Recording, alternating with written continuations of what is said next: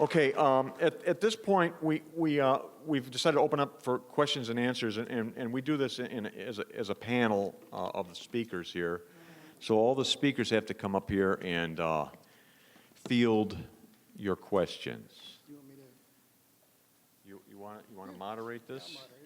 I'll moderate it. I'm Okay. good at that. Okay, take these. I've been in the back staring at this microphone all day. The first question is that lady in white. The lady in white has a question for the council, the committee, the group. Yes? I'd like to ask Mr. Pierce if he can make some comments on the Pope Benedict's recent trip to England and the beatification of John. Would you like to make some comments about the popes, that Pope Benedict, the Catholic Pope, his recent trip to England and the beatification of John Newman? Well, Gene, I was very impressed how quickly you put your hand up there and how they spotted you straight away. That was amazing. Yeah, the Holy Father's trip to England last weekend was, for me, a great joy. Not only because, obviously, the ultimate purpose of the trip was the beatification of John Henry Newman, great English Catholic, but also because England, God knows, needs the Pope. And what I loved about it is that the Holy Father didn't pull any punches, because he does it so gently, and he does it with a smile on his face, and he does it with such serenity and sanctity that he gets away with it, but he didn't pull any punches. So throughout the visit, he repeatedly referenced secular fundamentalism, not in those words, but that's what he's talking about, the dictatorship of relativism, which he did use that phrase exactly, and he referenced it in relation to the English martyrs that he also mentioned on several occasions. His speech to the secular political leaders of England was delivered in Westminster Hall, which was the place where St. Thomas More was condemned to death. He made a point of visiting the actual spot on which More was standing when he was condemned to death. He mentioned St. Thomas More's example of the Christian's duty, the Christian's civil duty, in response to secularism, even unto death. He then paid a visit to the tomb of St. Edward the Confessor, who Shakespeare and Macbeth holds up quite rightly as the epitome of good Christian kingship. In other words, good government, a king that made himself the servant of the people. And he went, at the last meeting he had, the one after the beatification, which was not publicized very much, was with the English bishops, who quite frankly are guilty of being timid and tepid. Now, in a culture which needs to be evangelized. And he basically told them, it's sort of the equivalent of wagging his finger at them, although again he did it so gently, that you need to put into practice the provisions I gave in my apostolic letter about the Anglicans. In other words, to start accepting them home, bring them back. Quite clearly, ecumenism for this Holy Father means you come in-ism, and that's exactly what it should be. And that's exactly what he told the bishops in no uncertain terms. And the other thing he says, get the new lay movements over here. In other words, if you don't have the courage to evangelize this culture yourself, invite in Opus Dei, Communal Liberation, these wonderful new lay movements in the church, and let them do it for you. So he was really evangelizing his own bishops before going back home. So a courageous, and the other wonderful thing about it is that, first of all, the media, of course, were very hostile. And they said no one's interested, no one's going to come to see him. The prayer vigil in Hyde Park, and again, the Holy Father referenced the English martyrs, Tyburn Tree, that were hanged, drawn, and quartered only a stone's throw from where the prayer service was taking place. He mentions that. But over 80,000 people in the park, and for 2 miles, they were 10 deep either side as he drove in the Pope Mobile. So at least another 100,000. So something like 200,000 people came out. And these protesters, which got a lot of media attention, scantily clad homosexual men dressed as angels. I mean, please, let's have more homosexual demonstrations with scantily clad men dressed as angels, so that the British people and the world public can see the difference between the Holy Father and the sort of people that hate him, quite frankly. And at the end of it, the media itself, the secular media, not only accepted that the Pope's visit was a major success, but actually ended up writing positive things about the Pope, which is unheard of in the English secular media. It's a minor miracle of conversion that he's managed to turn this hostile secular media around 180 degrees just by being in the country for 4 days. So absolutely wonderful.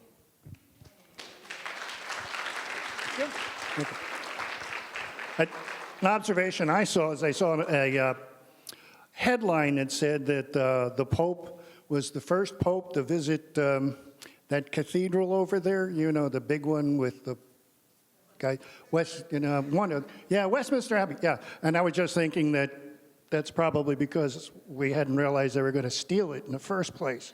Or no point. If you're looking for a point, you're looking in the wrong direction. Who's got the next question? Come on. Go ahead. What do we have here?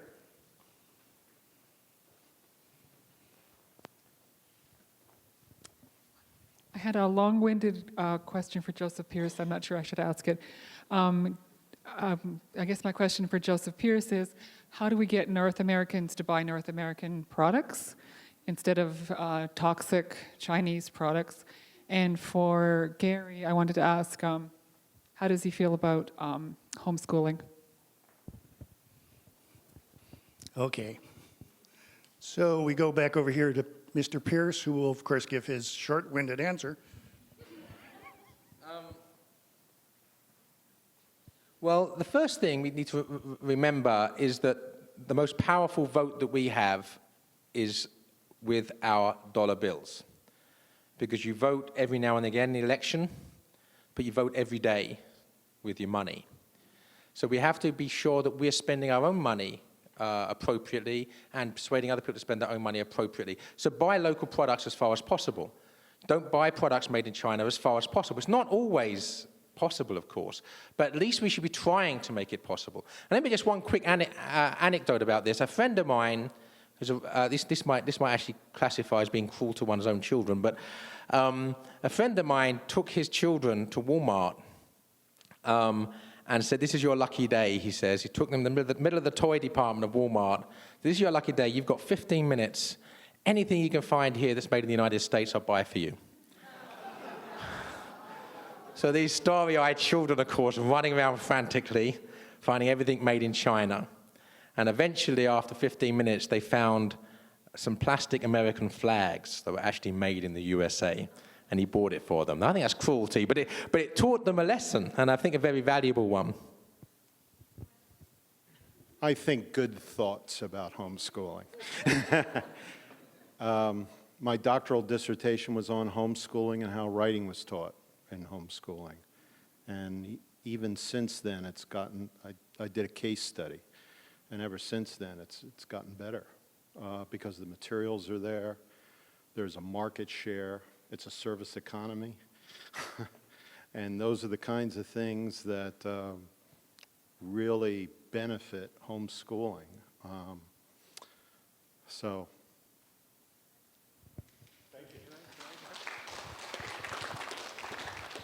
I teach at a community college in the Twin Cities, and uniformly the best students I have are homeschooled students, and there are increasing numbers of them. And some of them are, we have a system where you can take college courses, juniors and seniors in high school. So a lot of kids, come in as they're high school kids, but they are. Send us your homeschoolers. Yeah, yeah. And conversely, an old friend of mine, Mert Lassone's son, Steve, who was a Normandale student, went on to big things at Yale. And he told me a few years ago, and he's kind of gone the secular route himself, but he told me that Yale discourages homeschool kids because they find they don't fit into the Yale culture. Well, no wonder they don't fit into to the Yale culture. National Review did a piece last winter on Sex Week at Yale, and incredible stuff that the kids are subjected to. So it's not surprising that homeschooled kids find themselves not at home at Yale. Okay, I did have one question after Lou got finished talking about the Oxfordian movement and who wrote Shakespeare and whatnot. My question was going to be to Gary here, who reads Shakespeare anymore? Lots of people do. My expertise, of course, is not with Shakespeare, but we have a Shakespeare scholar where I teach who was not a Shakespeare scholar when she left graduate school and developed the interest over time and just is a superb teacher because the kinds of things that she saw there, she wanted to emulate and discourse with her students. It's the greatest preparation of all. Preparation wasn't in my background because my degrees are in English and education, so I'm essentially unemployable. Question? Just a quickie. Are you going to continue on EWTN EWTN? I'll continue on EWTN for as long as Richard Dawkins lets me. Well, I mean, obviously I was invited by Raymond Arroyo to the coverage of the Holy Father's visit. It was a great honor and a great joy for me. And I hope to be going back. Well, we actually are next year, 2012, we're going back to film a third season of The Quest for Shakespeare. As soon as Richard has written it, I'll present it. And obviously, I hope to get invited back for bookmarks and things like that because I've got books to sell. So I imagine that I'll be doing on EWTN in the future, yes. Right one over here, and I'll be back over that way. Mr. Pierce, I remember seeing you on Bookmark when you were showing through Shakespeare's eyes. Are you going to deal with all the plays?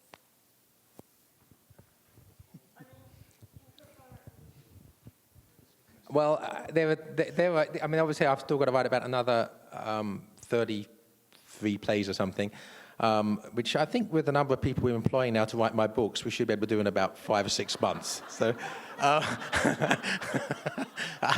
but no, I actually would love to write on every single one of Shakespeare's plays, and if God grants me a long enough life, I would try to do that, actually, seriously. But I obviously want to write books on other things as well, so I've got to intersperse it. But I did write basically a short book, 40 or 50,000 words, on the orthodoxy of Shakespeare's Romeo and Juliet this last year, so hopefully that will be coming out soon. So there's another one in the pipeline. Sorry, Richard wrote it. Well, actually, I could see that, in regard to Lou's comments in the beginning, though, there are at least 2 that I think Joseph wrote. That would be the one on Tolkien and Small is Still Beautiful, because fantasy and economics are pretty much the same thing. So here we go. Thanks. I just wanted to say first that I just graduated from college and I read Shakespeare.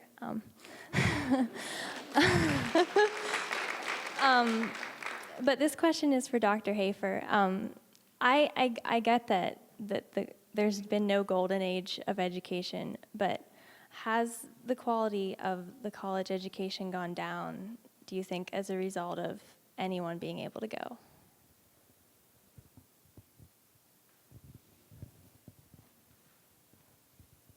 Great question, and the answer is no. College students today and readers today are required to do a lot more than anybody has ever had to do before.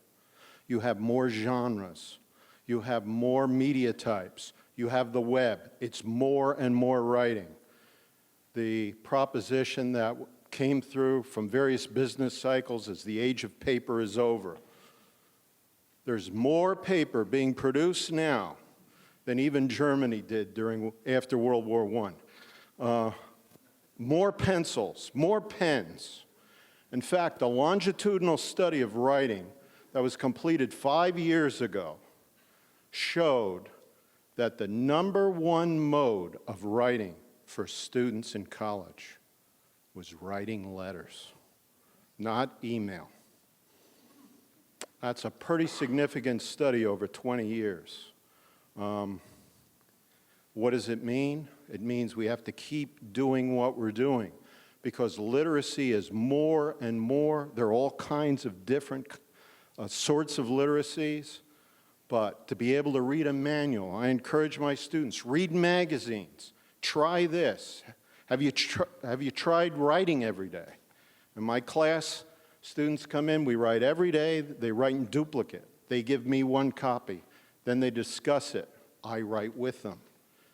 Most of the time, these students have never seen writing performed by a teacher. They don't know what the problems are.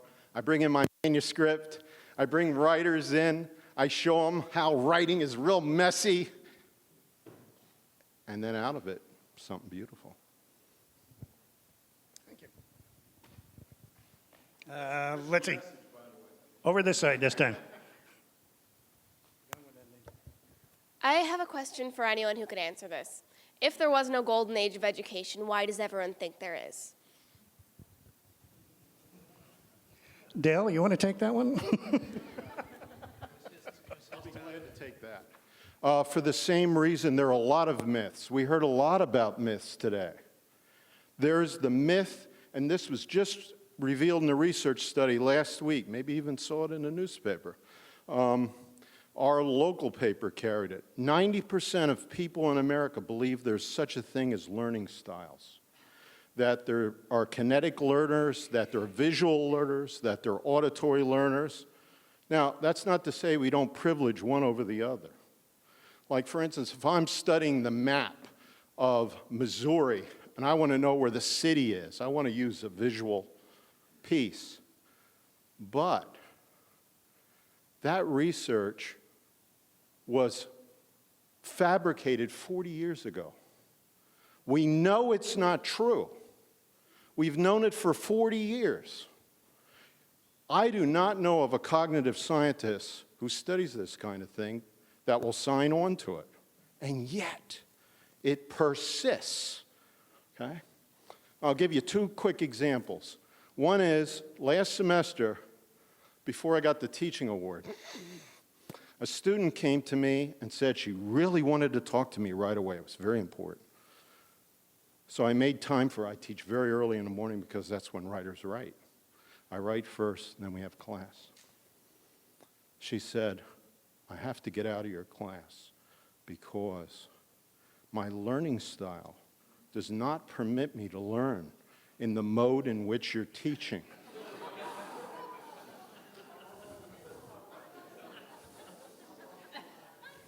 I was flabbergasted. She had so convinced herself that there was no possibility, I will not learn. By practicing writing. Writing is a lot like baseball. You can't get to the World Series without going to spring training. You have to practice. That's what writers do. There's no shortcut. First drafts lead to second drafts, okay? And if there's anyone who writes a first draft that's perfect, I hate them. No, okay? No. It's work, see? I had another student the same semester who wrote an excellent paper about Gardner's learning styles. I said, where did you learn this? She said, in high school last year. A teacher taught it. I said, do you know about this source? Do you know about this? Do you know about this? Never heard of that. So those kinds of things persist on for generations, okay? And that's important to have a framework. Now, I'll just say one other thing. The way educational research is, it's very difficult for lay people and even people in the field to figure out what study I'm going to listen to and which one I'm not going to. In fact, Daniel Willingham asked me for some data, and I gave him some for a new book. He's very good. He's conservative. He's from University of Virginia. He's written a book called Why Don't Students Like School? It's a great book, okay? But one of the things that comes out of this is, and you start to see this, is there's a thing called confirmation bias, where you so believe something, okay? And I'm talking about non-doctrinal things, okay? That you actually make it happen, even though it's not true. I was going to let Joseph, but you'll have to check with Richard to find out if he uses drafts or what before we can let you. I agree there was no golden age. My kids got a whole lot better high school education than I ever got. But the spin-off of something Gary just said, you also can't get to the World Series today without spending $120 million a year to put a team together. And my mother died and left us a little bit of money, and we were able to send our kids to the tune of $10,000 a year to a private school that is doing a whole lot better than my public school ever did, and I would wager a whole lot better than today's public schools are doing, unfortunately. So that's part of the story as well. The other big change I have noticed over my time of teaching is the amount of time these kids are working for pay. They're trying to take 12, 15 hours, and they're working 30 to 40 hours a week. And I cannot ask students to do what I used to ask them to do. If I did, I'd be laughed out of the place. I couldn't do it. I have had to cut down. I mean, we're not completely idiots. I mean, we have to make some adjustments to the reality of this. Even though, of course, these kids should not be, and we don't know, they're probably working because of all of the needs, or the wants, I should say, that they have. But I can't presume to tell them how to organize their lives. I can tell them what a college-level course ought to be like and try to get there. But competing against that is very difficult. Just very, very quickly, I don't know about a golden age in the past. About history as a whole, I always say the only golden war is there is no golden age, because there's always been sinners, the politicians have always been corrupt, rulers are generally corrupt, etc. But as regards education, we do need to not forget there's been a systematic, ideological, philosophical marginalization of the traditional liberal arts, so that theology, philosophy, history, literature has been sidelined and marginalized in favor of utilitarianism and relativism. So in that sense, modern education is in a bad way. Yes.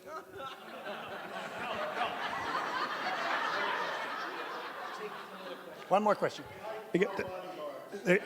There is one thing that I understand that the American education system has been universally successful at teaching: hating school. All right, who's got the last question? Go ahead, Eric. Thank you. I guess I'll address this to Dale and Joseph, since it deals with government. There's a current magazine whose edition is dedicated to the idea of secession. And the theme that runs through there is that nation states our size just simply aren't governable in a democratic method. One of the articles posits breaking up the U.S. into 5 regional areas. I just want to see if you had any ideas or thoughts or any reflections on something like that. I'm sure Mr. Chesterton had something to say about that. I was hoping to get out without having to answer a question. But Chesterton wrote a book, The Napoleon of Notting Hill. His first novel is about a London suburb that secedes from England. And the idea of taking local control is something that is something he would endorse. We are here because we broke away from his country. And I know that worked out a lot better for his country than it did for us. But it's because of the size of government. It's going to be a very difficult proposition. But if it could be done bloodlessly, you have to just start getting people thinking that way, and maybe it'll just create more local independence without having to do the formal break. But that's the way people have to start thinking, is start thinking locally. And that's just not happening, but it's starting to. Again, very briefly, I want to say, first of all, that I actually became a U.S. citizen last year. Actually, I was waiting for universal commiseration there. I don't understand the applause. But,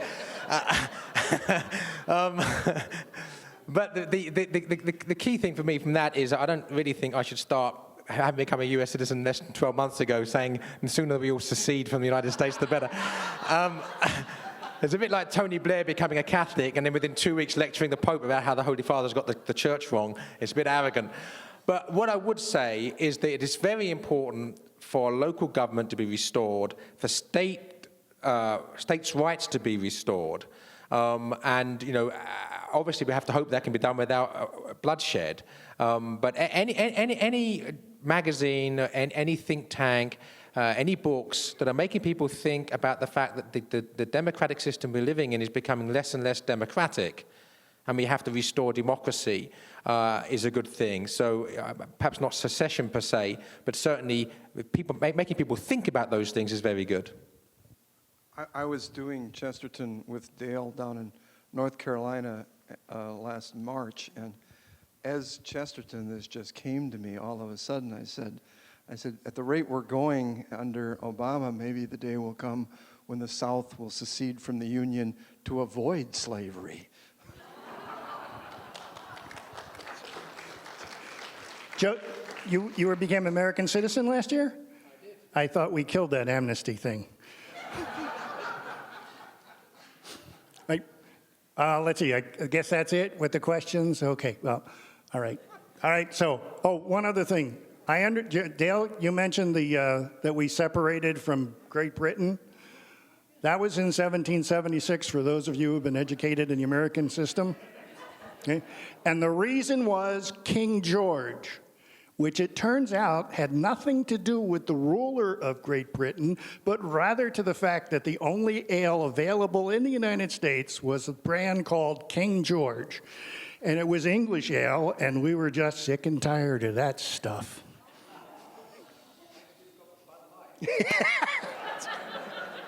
All right, I think we have to wrap it up. I'm getting, 4 more questions. Come more questions. Who's got a question?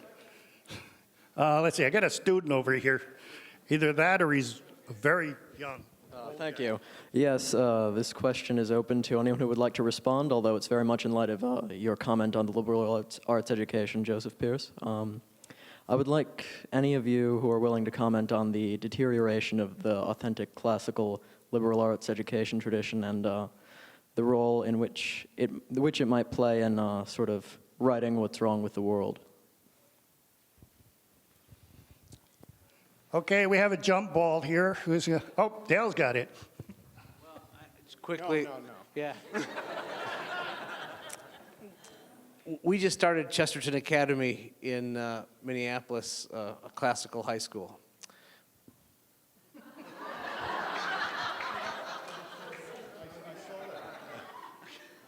Is that it?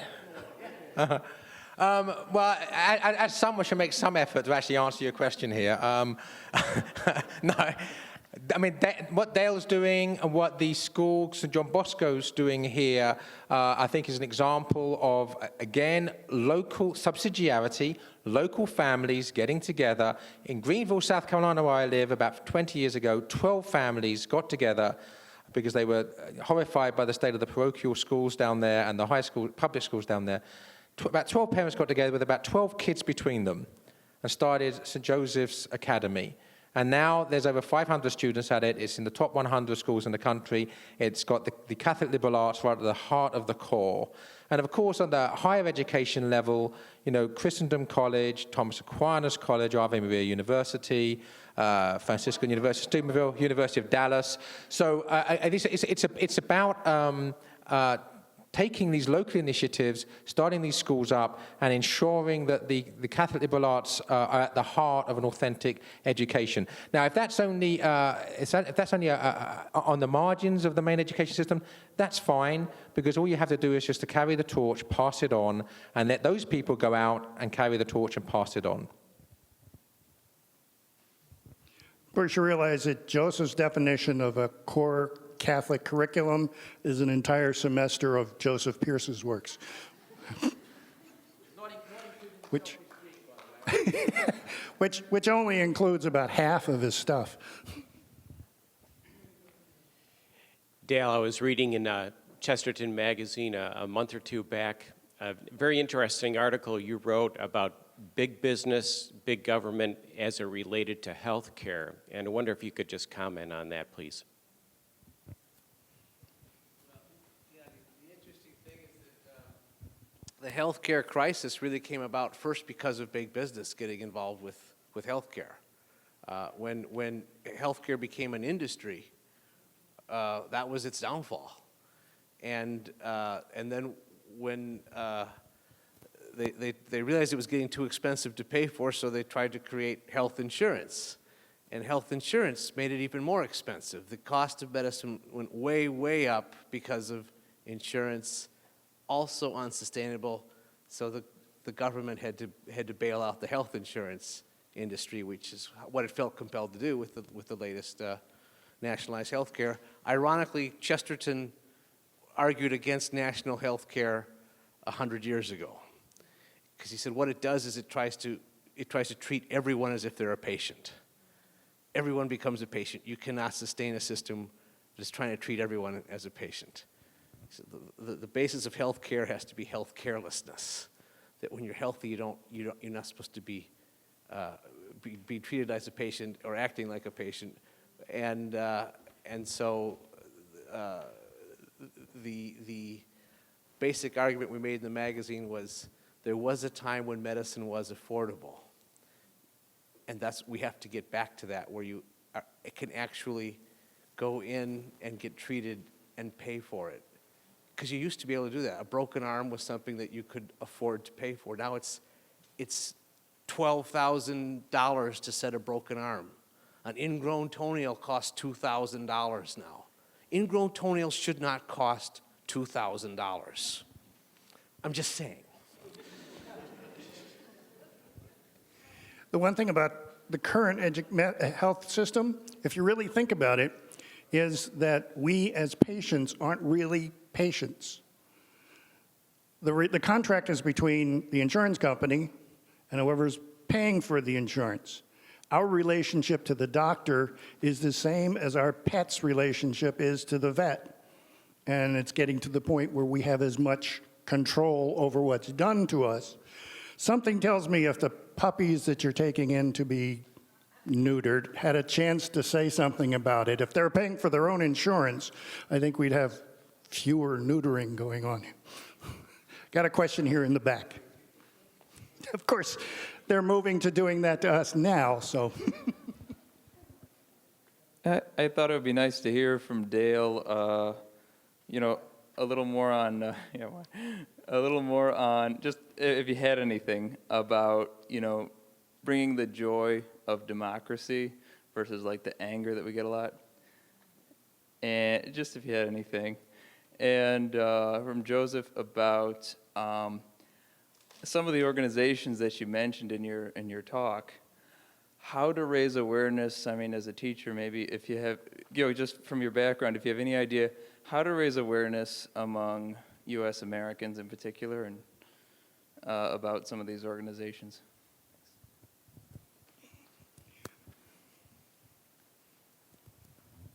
Chesterton said that the decline of democracy came about with the decline of the tavern. And look at what's happened to the tavern. It's no longer a tavern, it's a bar. You can't hold a conversation in it because there's loud music blaring. And even if you are trying to talk to someone, your eye is immediately pulled away from them to the Jumbotron, because even attending a bar has become a passive experience. So there's no more democratic exchange at what was once the public house, which is what a pub is supposed to be, the public house. So that was really the essence of democracy, was the public house. That's been destroyed. We have to bring back the public house. And of course, you have to be able to smoke. Tobacco. I'm not really sure that I can answer the question very adequately here. There is obviously in the age of the web lots of websites that are propagating subsidiarist ideas, including several distributist websites, and of course the American Chesterton Society, StAustinReview.com, my website, the website of my magazine, I should say. It's not my website. But really, you just need to be getting yourself switched onto these things, and then networking, and then getting other people to know about it and to network. And it's much easier to do it these days than it used to be because of cyberspace. I'm a Luddite, and and I think we'd probably be living in a better world if there was no cyberspace. But there is cyberspace, and we need to use it. And I think that distributists, subsidiarists, people who believe in smallness are actually doing that very well. It's just a question of getting plugged in, as it were. Jump in for a second. Springing off one of the things Dale said, Chesterton, I don't remember the essay, but we don't need a Department of Health, we need a Department of Disease. Because, of course, everybody's health could be improved, and the smoking campaign is the logical extension of all of that. Everybody can be improved somehow. We have a campaign on our campus to try to drive smokers not outside, they're already outside, but to drive them completely off the property, off the state property in the name of health. And we have a fellow on our faculty who's sending us emails constantly about other schools that have done this and using words like courageous for taking this action. Is there any more maligned, outcast group of people anywhere than smokers in this? It's courageous to drive. But if it happens, since I heard before I had to go change, Dale making reference to the fact that he lives very close to where I teach. So if it does happen, I'm going to make sure that all of our smokers go to his front yard and smoke there. They will all become Chestertonians. Yeah. Again, when we're talking about smoking, we're referring to tobacco smoking, because the other smoking is pretty much approved and encouraged on college campuses. Mine. One more little item. We will have Mass said here. Thank you. You're welcome. Yes, now you guys can abscond.